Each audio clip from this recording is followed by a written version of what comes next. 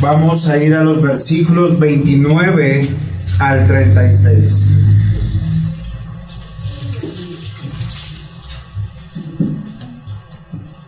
La palabra del Señor dice de la siguiente manera: varones hermanos, se os puede decir libremente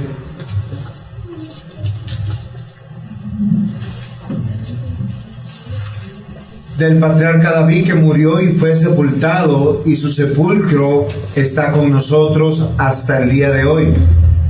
Pero siendo profeta y sabiendo que con juramento de Dios le había jurado que su descendencia en cuanto a la carne levantaría al Cristo para que se sentase en su trono, viéndolo antes, habló de la resurrección de Cristo. De su alma no fue dejada en el Hades, ni su carne vio corrupción. A este Jesús resucitó Dios, de lo cual todos nosotros somos testigos. Así que, exaltado por la diestra de Dios, y habiendo recibido del Padre la promesa del Espíritu Santo, ha derramado esto que vosotros veis y oís. Porque David no subió a los cielos, pero él mismo dice: dijo el Señor a mi Señor, siéntate a mi diestra, hasta que ponga a tus enemigos por estrado de tus pies. Sepa pues ciertísimamente toda la casa de Israel, que a este Jesús, a quien vosotros crucificasteis, Dios ha hecho Señor y Cristo. Amén. Amén. Muy bien, yo quiero hacer un poquito de contexto. Algunos hermanos no vinieron hace 8 días y no todos tienen como la devoción de ponerse al día con las prédicas. Acuérdense que estamos en un momento muy importante de Hechos de los Apóstoles. ¿Cuál es ese momento? Y no es que se acomoden en la silla. El momento es: el Espíritu Santo llegó, ha sido derramado en todas las personas, y tanto como los que están predicando hablan con la palabra de Dios, sino los que están escuchando. Eso es lo que nos estamos viendo.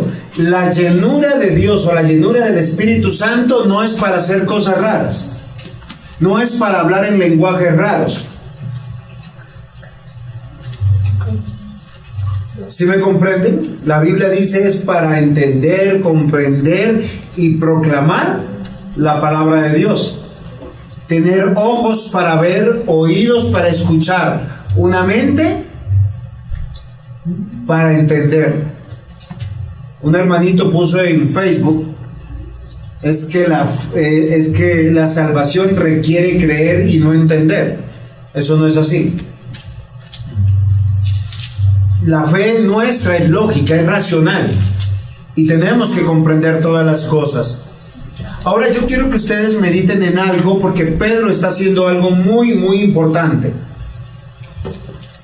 Él se ha parado frente a todos los hermanos que están en este lugar, 120 personas aproximadamente. Él está haciendo un discurso y está hablando de Cristo como lo hicimos nosotros hace 8 días, con el título Oíd estas palabras. En este momento, una de las presentaciones que está haciendo es llamar a la conciencia a las personas. Y yo he escuchado mucho, porque hoy en día tenemos una generación diferente. Los que saben del tema llaman que nuestra generación de hoy en día es la generación de cristal. Tal vez porque tú los tocas y se quiebran. Tal vez porque son delicados. Tal vez porque todos los desafíos les cuesta. Les cuesta levantarse temprano, les cuesta ser responsables, les cuesta tomar valor para muchas cosas. Sin embargo, para muchas otras cosas están desaforados, por no decirlo. Si Pedro estuviera predicando aquí, posiblemente nos demandaría muchas personas. Y casi todos los predicadores de la Biblia no tienen ese tacto que las personas de hoy en día quieren que nosotros tengamos para con la audiencia. Todo lo contrario, Él va directo al corazón. Varones hermanos. Yo hago una pregunta, ¿solo habían hombres ahí? No, habían mujeres también. Pero miren lo importante, esto no es cuestión de machismo ni de feminismo. De hecho, las dos expresiones son pecaminosas. Pero Pedro llama a los hombres a que reflexionen. Y con ellos está llamando también a las esposas que están ahí, a los niños que posiblemente pueden estar con ellos. ¿Y por qué tenemos esta imagen? Porque todos estaban en una ceremonia muy especial. ¿Se acuerdan qué ceremonia? El Pentecostés. Ya la Pascua había pasado, pero todos habían venido de muchos lugares. Y lo primero que hace es que ellos recuerden sus acciones. ¿Sí? A mí me han juzgado algunas personas cuando yo les llamo la atención porque están obrando mal en el culto. Ay, pero ¿por qué no me lo dice en privado? Yo digo, ¿sus ofensas son en privado? ¿O abiertamente ustedes se muestran aquí como que no les interesa el culto? No les interesa quién predica, no les interesa quién canta, quién ora. ¿Y por qué lo digo esto? Porque Pedro va a hacer exactamente lo mismo. Han pasado aproximadamente unos pocos días desde la Pascua hasta el Pentecostés. Más de un mes. Y Él quiere que traigan a la mente lo que ellos hicieron.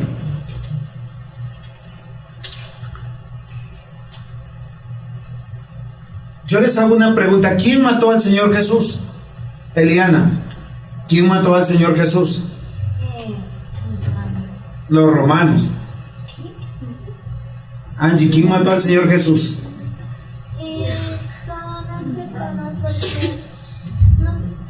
Todas las personas. Muy bien, no te preocupes, esto no es para saber, esto es para poder hacer una encuesta para ver cómo están de conocimiento. Felipito, ¿quién mató a Jesús? ¿No sabes? ¿No opinas? ¿No te arriesgas? Muy bien.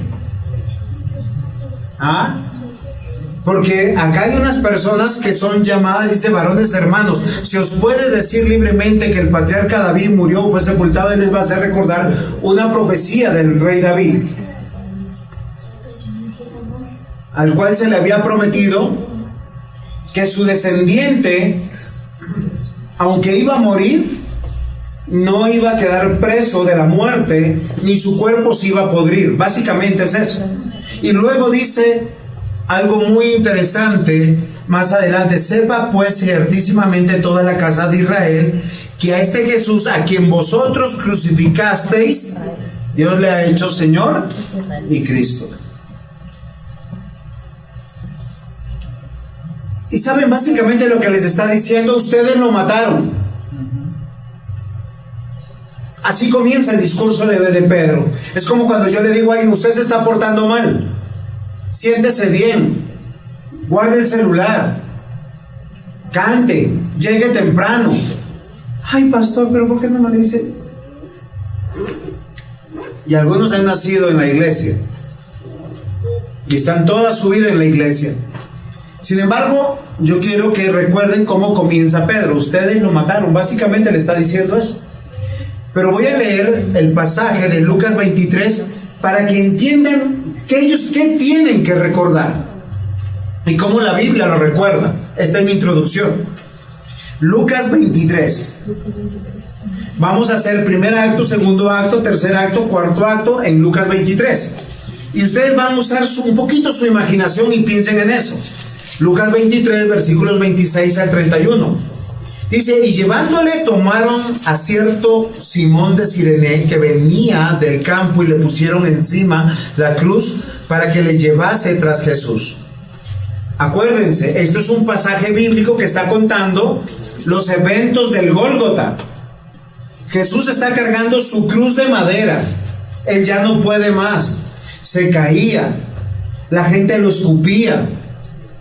judíos, romanos estaban ahí presentes. Lo estaban humillando a lo sumo, como dice la Biblia. Y llega una persona que es Simón de Cirene. Parece que es un hombre moreno, alto, por su lugar de origen, y él le ayuda a cargar la cruz. Y le seguía gran multitud del pueblo. ¿Quién le seguía? La multitud del pueblo. Y de mujeres que lloraba y hacía la lamentación por él. Imagínense que muchas mujeres, como suele haber hoy en día, alguien se está muriendo. Ay, pobrecito, se está muriendo. No importa, pero se está muriendo. Ellos no sabían que era Jesús. Pero Jesús, vuelto hacia ellas, les dijo: hijas de Jerusalén, no lloréis por mí, sino llorad por vosotras mismas y por vuestros hijos. Porque aquí vendrán días en que dirán: bienaventuradas las estériles, y los vientres que no concibieron, y los pechos que no criaron. Entonces comenzarán a decir a los montes: caed sobre vosotros, y a los collados cubriremos. Porque si del árbol verde hacen estas cosas, en el seco no se hará. ¿Qué no se hará? Perdón. Miren lo interesante. Jesús cobra valor y le dicen: no lloren por mí. Por varias razones. Primero, no porque él no sintiera dolor. A él se le abrieron las heridas en la piel. La Biblia dice que él había sido latigado, abofeteado, golpeado, humillado. Estaba llevando esa cruz descalzo. Y si usted alguna vez ha cargado un madero de cualquier proporción, usted sabe que al poco tiempo eso pesa y duele. Y si es mucho más pesado que usted, como lo era una cruz, él estaba agonizante. Y él toma valor y dice: no lloren por mí, lloren por ustedes. Y yo le voy a decir lo mismo. Si ustedes se llaman cristianos y siguen viviendo en el mundo, lloren por ustedes, porque vendrá el castigo. Todo lo que están construyendo, Dios lo destruirá. Todo lo que habían construido los judíos por años y que adoraban y que eran sus ídolos, como el templo, sus murallas, su propia religión, en el año 70 iban a ser destruidos. Un emperador, si no me equivoco, Tiberio, va a venir y va a destruir absolutamente todo. Y en ese día las mujeres, las que no tenían hijos, decían: gracias a Dios porque no tuve hijos. Porque ese día muchas mujeres vieron cómo el juicio de Dios llegó a una ciudad que mató injustamente a un inocente. Primer acto. Segundo acto. Lucas 23, 32 al 38. Llevaban también con él a otros dos que eran malhechores para ser muertos. Y cuando llegaron al lugar llamado de la Calavera, le crucificaron allí. Y los malhechores, uno a la derecha y otro a la izquierda. Y Jesús decía: Padre, perdónalos, porque no saben lo que hacen. Y repartieron entre sí sus vestidos, echaron suertes. Y el pueblo estaba mirando, y aún los gobernantes se burlaban de él, diciendo: a otro salvó, sálvese a sí mismo, si este es el Cristo, el escogido de Dios. Los soldados también le escarnecían, acercándose y presentándole vinagre y diciendo: si tú eres el rey de los judíos, sálvate a ti mismo. Había también sobre él un título escrito con letras griegas, latinas y hebreas: este es el rey de los judíos. ¿Cuál es el segundo acto? Llegaron al Gólgota. Ahora solo piensen, delante de todos lo crucificaron. ¿Cómo era la crucifixión de los romanos? Era pública y es real. Los amarraban al madero primeramente, de pies y de manos, luego los clavaban. Les echaban un lazo acá en el pecho para que al principio no se descolgasen, porque si no morían prontamente. Cuando ya eran levantados, sacaban el lazo y dejaban que sus miembros se pusieran presionando los pulmones para cortar la respiración, mientras que el sol inclemente y los cuervos que yacían los comían básicamente vivos. En medio de ese sufrimiento, miren las palabras del Salvador: Padre, perdónalos, porque no saben lo que hacen. Así como muchos cristianos hoy en día viven sus vidas libertinas. Padre, perdónalos, porque no saben lo que hacen. Se hacen llamar cristianos, están aquí, pero siguen en su vida perdida. Este segundo acto nos dice cómo escarnecen ¿a quién? A Jesús. ¿Quién lo estaba escarneciendo? Básicamente acá hay dos tipos de personas: el pueblo y los soldados. Ahora, recuerden que el pueblo está conformado por judíos, unos hebreos, otros galileos, otros nazarenos de muchas regiones y muchas personas que venían de turistas. ¿Saben por qué? Porque el turismo sí existía en Jerusalén en ese momento. Habían venido a una celebración muy importante, la Pascua. La Pascua. Tercer acto, Lucas 23, 39, 43. Y uno de los malhechores que estaban colgados le injuriaba diciendo: si tú eres el Cristo, sálvate a ti mismo y a nosotros. Respondiendo el otro le reprendió diciendo: ¿ni aún temes tú a Dios estando en la misma condenación? Nosotros a la verdad justamente padecemos, porque recibimos lo que merecían nuestros hechos. Mas este ningún mal hizo. Y dijo a Jesús: acuérdate de mí cuando vengas en tu reino. Entonces Jesús le dijo: de cierto te digo, hoy estarás conmigo en el paraíso. Miren, estas son de las cosas que cuando yo leo el Evangelio yo digo: esto es palabra de Dios. Y les voy a decir por qué. Porque cuando realmente nosotros estamos desanimados, estamos que no damos más, Dios nos habla, y nos habla el corazón, y nos anima. Qué injusticia tan grande de que un hombre injusto acuse al justo. Es como cuando nosotros acusamos a Dios: Señor, ¿por qué me pasan estas cosas a mí? Sálvame porque soy tu hijo, quítame este sufrimiento, quítame este castigo, quítame esta disciplina, cuando hemos hecho por años a veces para cosechar lo que tenemos.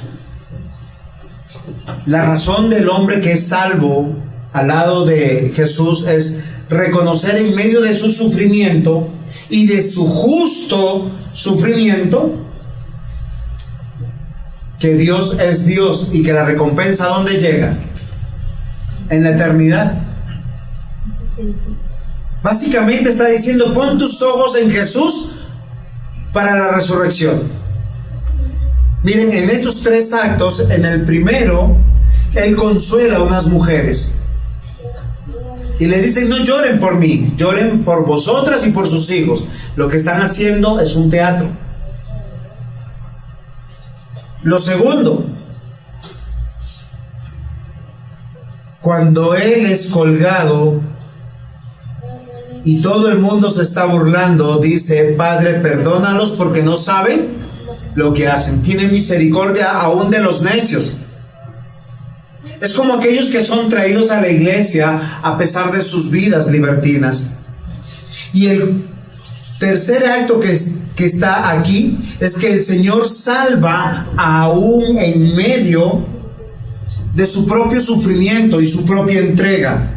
Le dice Jesús a este hombre, a este malhechor, le dice: de cierto te digo que hoy estarás conmigo en el paraíso. ¿Cuál es el cuarto acto? Lucas 23, 44 al 49. Cuando era como la hora sexta, hubo tinieblas sobre toda la tierra. Ahora, cuando la Biblia dice la hora sexta, son las 3 de la tarde. Sí, es como decir, si alguien se está durmiendo al mediodía, eso es grave. A las 3 de la tarde, muchísimo peor. ¿Por qué razón? Porque nadie debería estar durmiendo a esa hora. Ahora, ¿ustedes se imaginan que a las 3 de la tarde todo se ponga como si fuera las 12 de la noche? Eso es lo que está narrando acá. Dice, cuando era como la hora sexta, hubo tinieblas sobre toda la tierra hasta la hora novena. El sol se oscureció, el velo del templo se rasgó por la mitad. Entonces Jesús, clamando a gran voz, dijo: Padre, en tus manos encomiendo mi espíritu. Y habiendo dicho esto, expiró. Cuando el centurión vio lo que había acontecido, dio gloria a Dios diciendo: verdaderamente este hombre era justo. Y toda la multitud de los que estaban presentes en este espectáculo, viendo lo que había acontecido, se volvía golpeándose el pecho. Pero todos sus conocidos y mujeres que le habían seguido desde Galilea estaban lejos mirando estas cosas. Les pregunto nuevamente, ¿quién mató a Jesús? ¿Quién mató a Jesús? Dios. ¿Quién mató a Jesús? Ustedes lo mataron. Nosotros. Muy bien, Jencita. Es que el título de mi sermón es Ustedes lo mataron.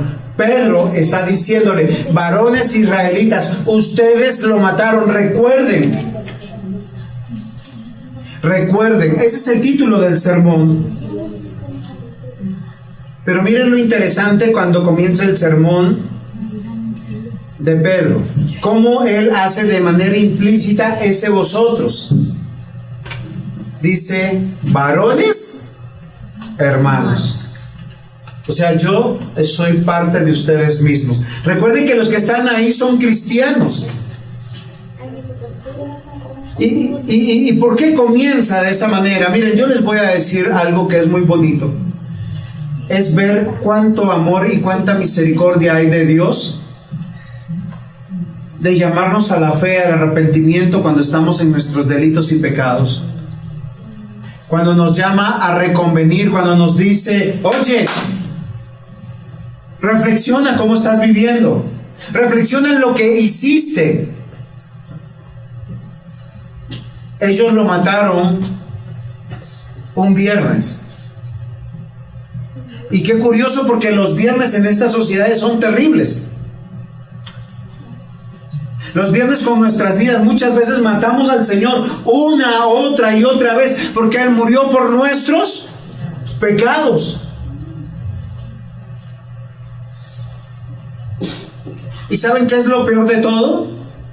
Que no nos dolemos. Y hoy yo quiero llamar su atención, porque Pedro comienza diciéndole: ustedes lo mataron, acuérdense lo que hicieron. Y aunque esto estaba profetizado,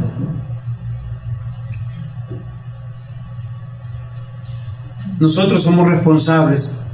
Y por eso muchas veces vivimos unas vidas tormentosas. No porque el evangelio sea tormentoso, sino porque cosechamos de lo que sembramos. Porque no obedecemos al Señor. Cuánto amor hay en Dios de enviar a su Hijo determinado por su propio consejo. Y miren lo interesante, Él escogió su muerte.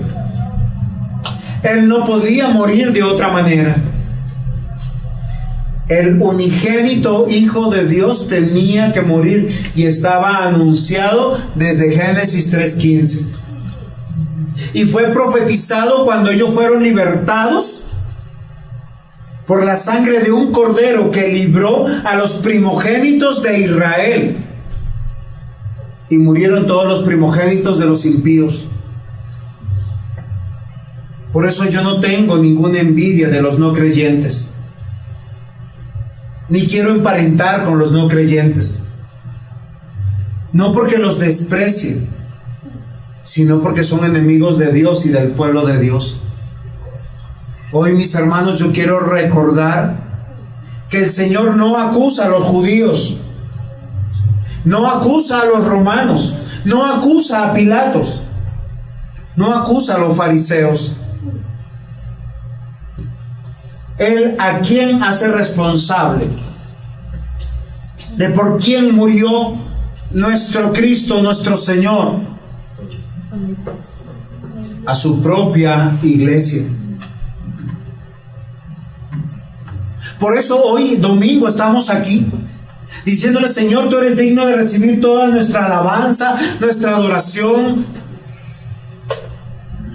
Y debería ser todo un día, y se resume solo a 2 o 3 horas. Queridos hermanos, esto estaba planeado. Y aunque fariseos, saduceos, Pilatos, los mismos romanos fueron los autores, la Biblia dice: ustedes lo mataron.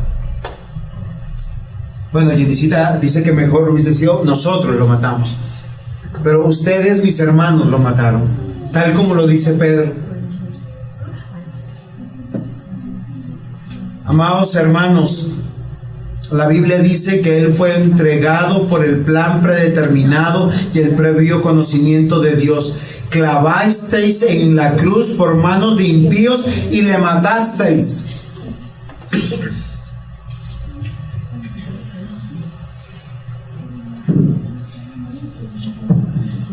Estos hombres reunidos aquí eran responsables y ellos habían escogido el mundo en su momento y no a Cristo.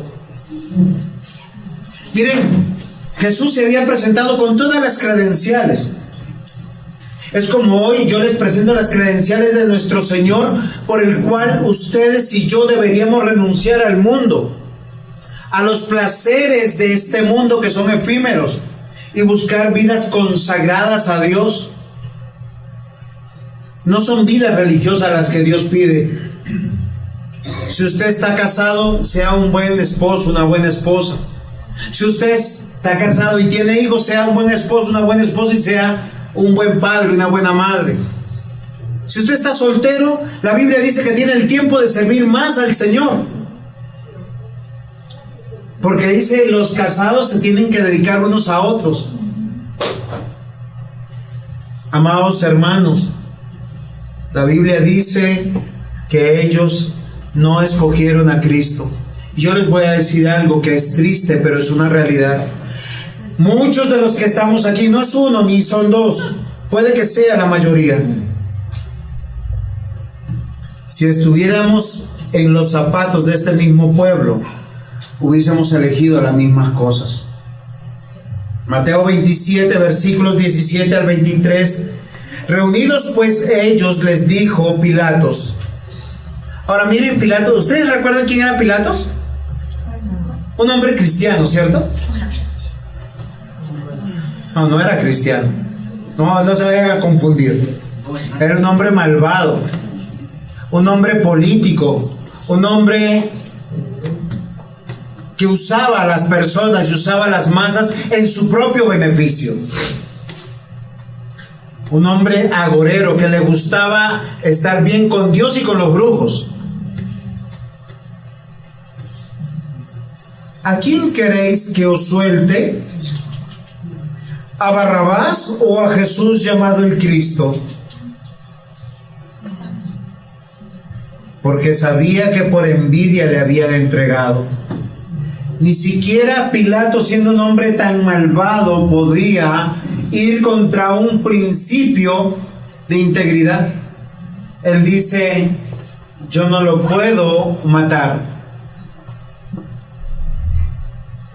¿Y quién era Barrabás? ¿Ustedes saben quién era Barrabás? Pero era un delincuente muy especial. ¿Sí? Recuerden que las guerrillas no comenzaron ni en Colombia ni en Perú. Comenzaron desde la antigüedad. Era un celote, era un guerrillero, que en nombre de la justicia iba en contra de la justicia.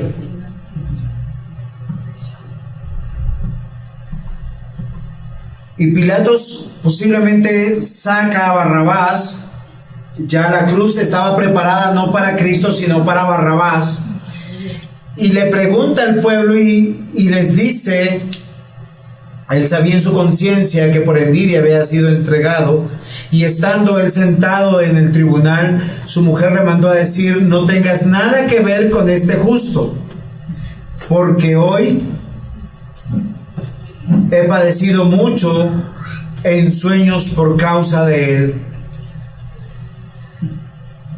Versículo 20: pero los principales sacerdotes y ancianos persuadieron a la multitud que pidiesen a Barrabás y que Jesús fuese muerto.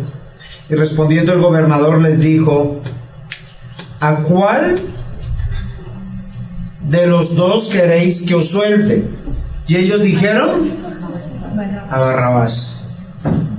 Pilato les dijo: ¿qué pues? ¿Haré que Jesús, llamado el Cristo? Y todos le dijeron, leo bien: ¿qué pues? Haré de Jesús, llamado el Cristo. O sea, ¿qué hago con Jesús? ¿Y qué pidió el pueblo? Miren, esta es una de las cosas más inconcebibles que hay. Todos le dijeron: sea crucificado. El gobernador dijo: pues qué mal ha hecho. Pero ellos gritaban aún más diciendo: sea crucificado. Miren, queridos hermanos, ¿yo saben por qué les estoy narrando esto? Porque nosotros los que estamos aquí, a mí no me preocupan los que están afuera. Los que están afuera no son de Dios.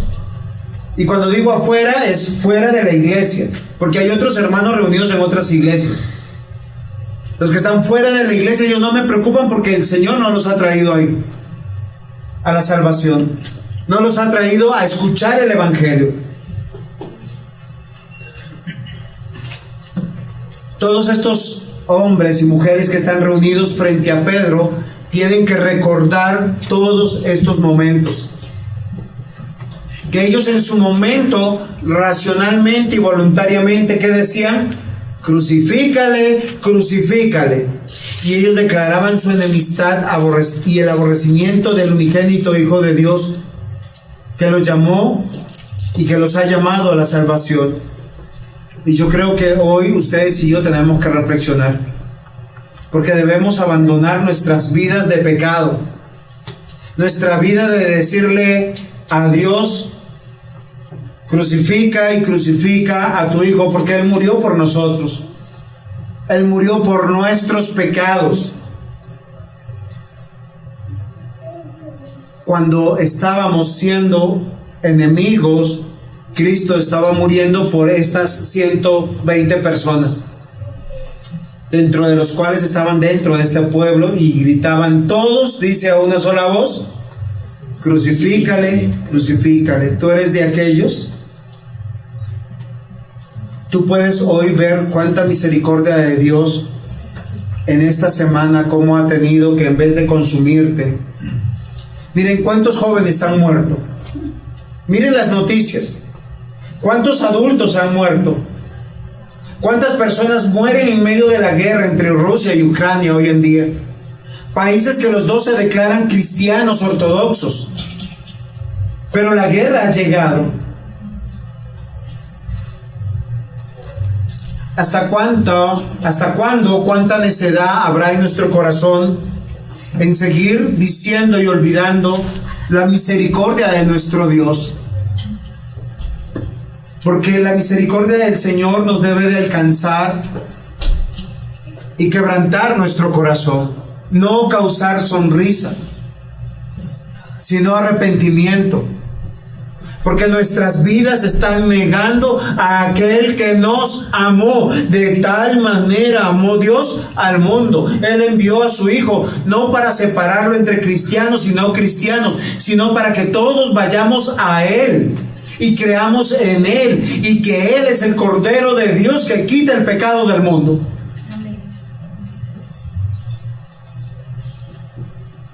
No para que tú escojas a Barrabás. Y Barrabás está representado en toda filosofía del mundo, en toda práctica pecaminosa del mundo. La Biblia dice: porque no envió Dios a su Hijo al mundo para condenar al mundo, sino para que el mundo sea salvo por Él. Juan 6:40 dice: porque esta es la voluntad de mi Padre, que todo aquel que vea al Hijo y cree en Él tenga vida eterna, y yo mismo lo resucitaré en el día postrero.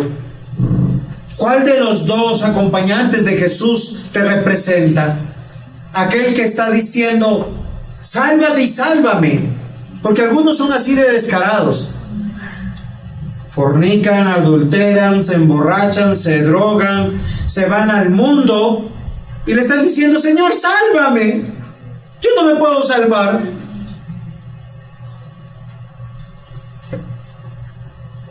¿No les parece ridículo? ¿No les parece una burla para con nuestro Dios y no entender que el Señor murió por nosotros y que lo único que tú tienes que hacer es creerle y decirle: Señor, acuérdate de mí cuando estés en tu reino? Ustedes lo mataron, por ustedes murió, pero demanda de nosotros creer que Él es la resurrección y la vida, y el que esté muerto, aunque esté vivo, aunque esté muerto, morirá. No vivirá. No vivirá. Está vivo. Sí, tienen razón. Son mis emociones que me traicionan. Colosenses 2:13 dice: y cuando estabais muertos en vuestros delitos y en la incircuncisión de vuestra carne, os dio vida juntamente con Él, habiéndonos perdonados todos sus delitos. Miren lo que el Señor dice. Miren, el verdadero amor no es amar a los que te aman, porque eso hacen los no creyentes. Cuando tú puedes amar al que es tu enemigo, perdonar al que te hace el mal, tú ves que Dios está obrando en ti. Y es algo que yo quiero llamar su atención, porque ese es el amor de Dios.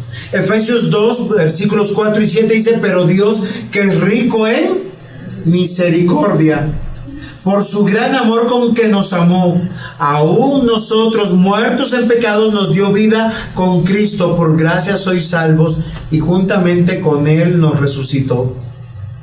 No está diciendo que vas a resucitar. Si tú eres cristiano, si tú eres cristiana, tienes que apartarte de este mundo. ¿Y por qué tienes? Porque has nacido de nuevo, porque el Espíritu Santo está en ti. Y aunque tú hiciste como estos hombres, diciendo: quiero a Barrabás y a Jesús crucifícale, y Él murió por tu causa, por tu decisión, por tus acciones, Él mismo te redimió y te lavó con su sangre. Dios muestra su amor para con nosotros en que, siendo aún pecadores, Cristo murió por nosotros. Y Efesios 5:2 dice: y andando en amor, así también Cristo os amó y se dio a sí mismo por nosotros, ofrenda y sacrificio a Dios como olor fragante. En esto consiste el amor, no en que nosotros hayamos amado a Dios, sino que Él nos amó a nosotros y envió a su Hijo como propiciación por nuestros pecados. Jesús es nuestra esperanza. Jesús es tu esperanza. No busques más en el mundo lo que el mundo no te puede dar. El mundo no te va a dar la felicidad. Cristo te va a dar la felicidad. ¿Por qué razón? Porque te va a decir: hay un mundo preparado para ti después de este mundo. No se puede comprar con oro, con plata. No se pueden hacer recomendaciones de influencia. Solo se tiene que creer en Cristo. Pedro les está diciendo a su audiencia: ustedes lo mataron, pero no es para inculparlos, no es para hacerlos sentir mal, es para que ellos vean por qué a partir de este momento ellos tienen que entregar su vida por el Señor. Todas las credenciales que yo he presentado de Lucas 23 las ha presentado Pedro en este discurso, paulatinamente. Y aunque les está diciendo, ustedes lo mataron, varones israelitas, punto 2, dice, lo ha resucitado. Porque su esperanza no es en ver cómo Él murió por nosotros. ¿Cuál es su esperanza? El punto 1 es varones hermanos. El segundo punto es lo ha resucitado. Porque en el primer punto vemos la misericordia del Señor. Siendo enemigos, Él nos salvó. En el punto 2 vemos el poder de Dios. Porque Él resucita a Dios mismo. Los presentes no solo estaban observando y experimentando y recordando toda la misericordia del Señor, y yo quisiera que tú la miraras desde otra perspectiva, no desde la manera punitiva, porque yo no conozco tu vida. Dios no te está acusando para decir, recuerda lo que hiciste ayer, lo que hiciste antes de ayer, mira lo terrible que eres, mira la escoria que eres. Sino lo que está diciendo es, yo te amé a pesar de tu condición, y hoy te traigo para que tú creas en mí y te arrepientas y tengas vida eterna. Y solo los que están llenos del Espíritu Santo pueden comprender que Jesús resucitó y que nosotros juntamente con Él. Miren, para mí no me queda otra opción, porque son personas que ellos venían a una ciudad a cumplir un rito religioso. Ellos cada Pascua posiblemente estaban esperando que apareciera el Mesías, así como nosotros hoy esperamos un Mesías.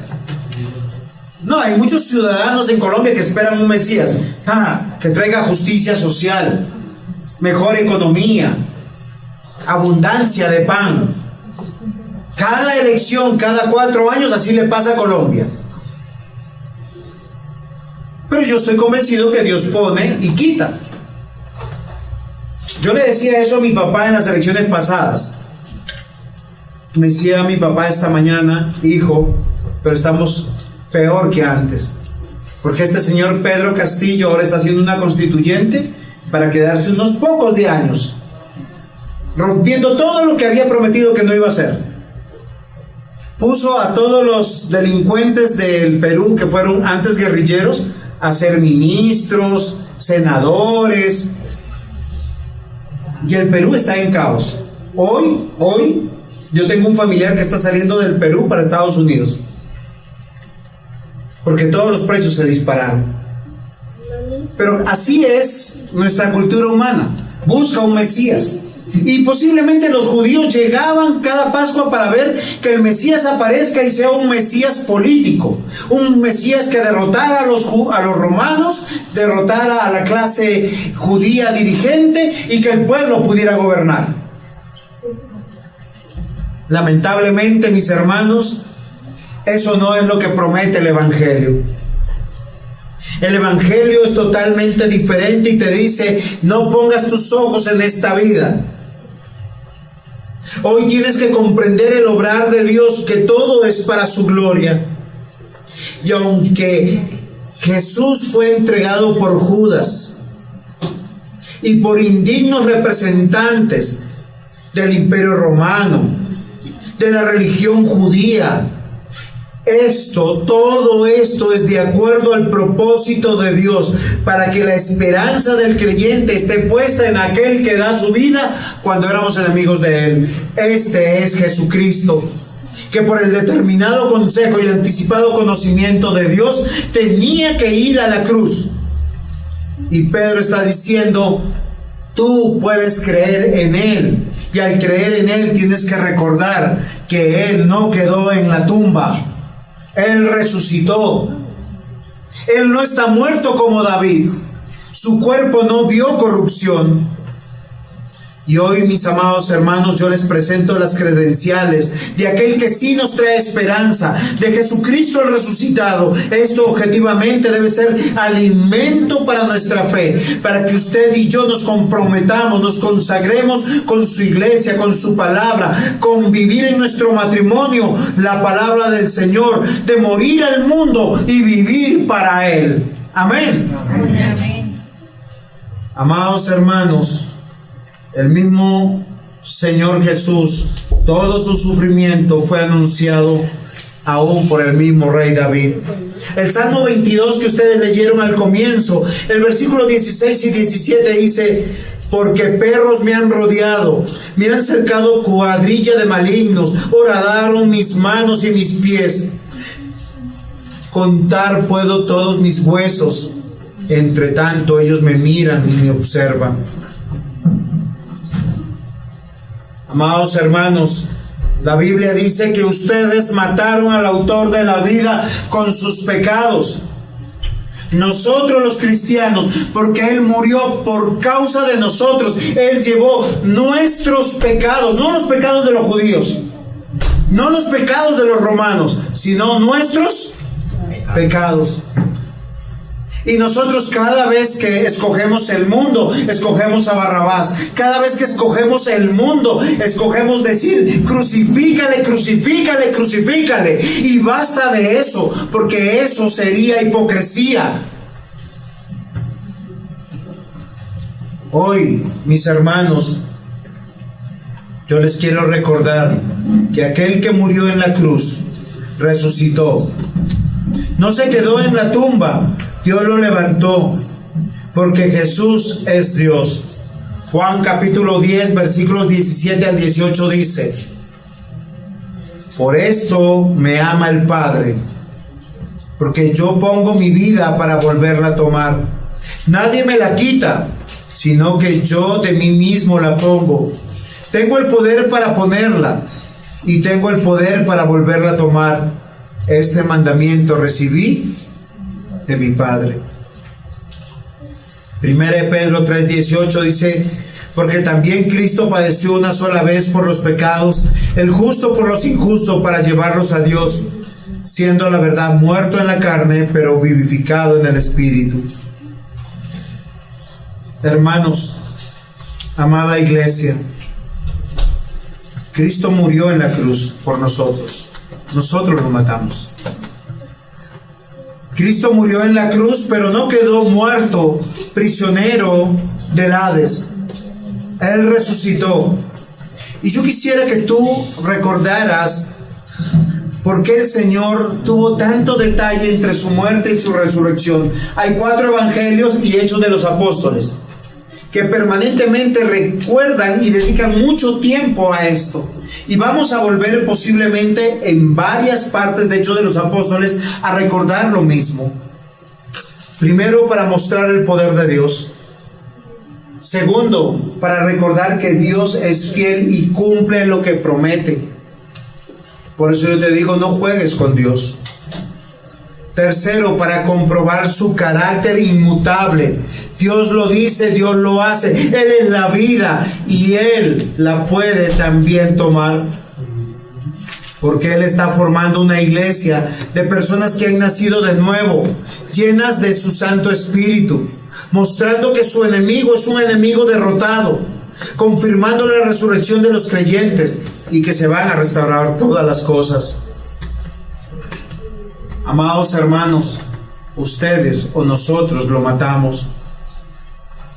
En el punto 3 yo quiero que recuerden algo, como termina Pedro hasta este momento su discurso.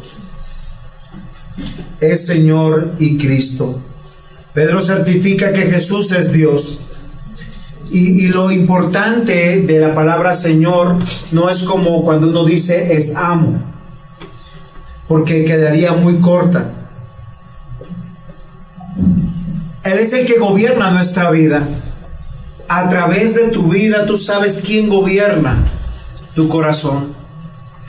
Pregunto, ¿por qué estás aquí? ¿Por Cristo o por aparentar que eres de Cristo? Porque si estás aquí por Cristo, te vas a rendir como todas estas personas que están aquí en esta narrativa. Saldrán con una convicción clara al mundo conocido. Cada uno de ellos será parte de una iglesia local. Cada uno de ellos extenderá el mensaje: tus pecados son perdonados si crees en Cristo. Amados hermanos, Pedro nos hace recordar que es preciso que la historia se escriba a través de un epílogo. Y el epílogo es el siguiente: tus enemigos serán puestos debajo de tus pies. Es preciso que Él reine hasta que haya puesto a todos sus enemigos debajo de sus pies. ¿Quiénes son los enemigos de Dios, del Evangelio, de la iglesia? La Biblia habla de 3 enemigos. El mundo. Toda persona que no cree en Cristo, como dice la Escritura, es enemigo de Dios. Y está en manos del segundo enemigo, que es Satanás. Y el tercero, tu corazón, que te quiere arrancar, desenraizar, romper cualquier vínculo que tú tengas con la fe y con Dios. Amados hermanos, es Jesucristo el cumplimiento de la profecía. Es Jesucristo el cumplimiento de todo lo escrito y prometido en el Antiguo Testamento. Él es el Cordero de Dios, por el cual yo te voy a invitar hoy a que comiences una vida nueva, a que te llenes de su palabra. ¿Cómo lo puedes hacer? Todos los días. Haz tu devocional, lee la palabra, ora, pídele a Dios misericordia, que te guarde, para que las garras de aquel que está como león rugiente, queriéndote devorar a ti, porque al devorarte a ti, se devora un pedacito de la iglesia. Y aunque la Biblia promete que estaremos sin caída, sin mancha, yo hoy te ruego, te suplico en el nombre de Jesús, si has nacido de nuevo, apártate del mundo, ven a Cristo, conságrate a Él. Trabajemos por una iglesia unida, una iglesia fervorosa, una iglesia que nos amamos los unos a los otros, no nos juzgamos. Una iglesia que nos animamos y nos esforzamos a predicar el Evangelio de Cristo, de Jesucristo, de aquel que es Señor y Cristo. Y la palabra Señor es aquel que gobierna, y Cristo es aquel que salva. Es el Mesías prometido, el libertador, nuestro libertador. Y la única manera de libertarnos, mis hermanos, era morir por nosotros en la cruz, recibir la ira de Dios justa por tus pecados, por mis pecados, por nuestras transgresiones. La afirmación de Pedro: sepa pues ciertísimamente toda la casa de Israel que a este Jesús, a quien vosotros crucificasteis, Dios le ha hecho Señor y Cristo. Y Pedro está enfrentando a la casa de Israel, diciéndoles: ustedes lo mataron. Pero ¿saben cuál es la buena noticia? Es que Jesús no vino a morir por el mundo, sino por ustedes. La buena noticia es que Él estaba consciente que Él podía dar su vida para rescatarnos de la oscuridad. Hoy tú y yo nos tenemos que levantar sabiendo que si estamos en Cristo y tenemos la vida eterna, es porque Cristo mismo se dio a sí mismo. Y mientras que tú y yo gritábamos: crucifícale, Él decía: no saben lo que hacen, perdónales. Y el Padre le escuchó, y el Padre nos rescató, y el Padre nos trajo a una nueva vida, conquistándonos, libertándonos, haciéndonos valiosos y amados para Él. Seamos pobres, seamos ricos, seamos ignorantes o instruidos, malos o buenos, varón o mujer, blancos o negros, Cristo salvó a sus elegidos, a aquellos que están inscritos en el libro de la vida. Y hasta que todos sean añadidos, este mundo no se acabará. Y hasta que todos sus enemigos sean destruidos, este mundo no se acabará. Porque nuestro Dios es Señor, no solamente nuestro, es de toda la creación. Amén. Amén. Pongámonos en pie, demos gracias al Señor. Amado Señor, buen Dios, gracias te damos por tu palabra. Gracias te damos, Señor, porque tú nos has recordado que nosotros te matamos, que hay responsabilidad en ese juicio, porque tu palabra dice que tú has muerto por nuestros pecados para la salvación de nuestras almas. Quieras tú, Señor, tomar hoy nuestra vida, nuestra razón y ayudarnos a vivir para ti. Señor, bendice esta iglesia con hombres y mujeres que tengan temor de ti, que te amen a ti, que prediquen tu palabra a tiempo y fuera de tiempo, que recuerden de tu gran misericordia, de tu poder y de que tú eres nuestro Señor y nuestro Cristo, nuestro gobernador y nuestro libertador. Señor, gracias por ese amor incondicional. Y hoy, permítenos, Señor, rendirnos ante ti, adorándote, bendiciéndote, diciéndote gracias, Señor, por una salvación inmerecida. Bendice los hogares de nuestros hermanos. Bendice, Señor, esta iglesia. Fortalécenos en todos los aspectos de nuestra vida, sobre todo en nuestra fe, y que cada domingo podamos adorarte, alabarte, cantarte, porque tú has muerto por nosotros, para el perdón de nuestros pecados, para que tengamos la vida eterna, para esperarte y decirte, Señor, ven pronto, Señor Jesús. En Cristo, amén. Amén.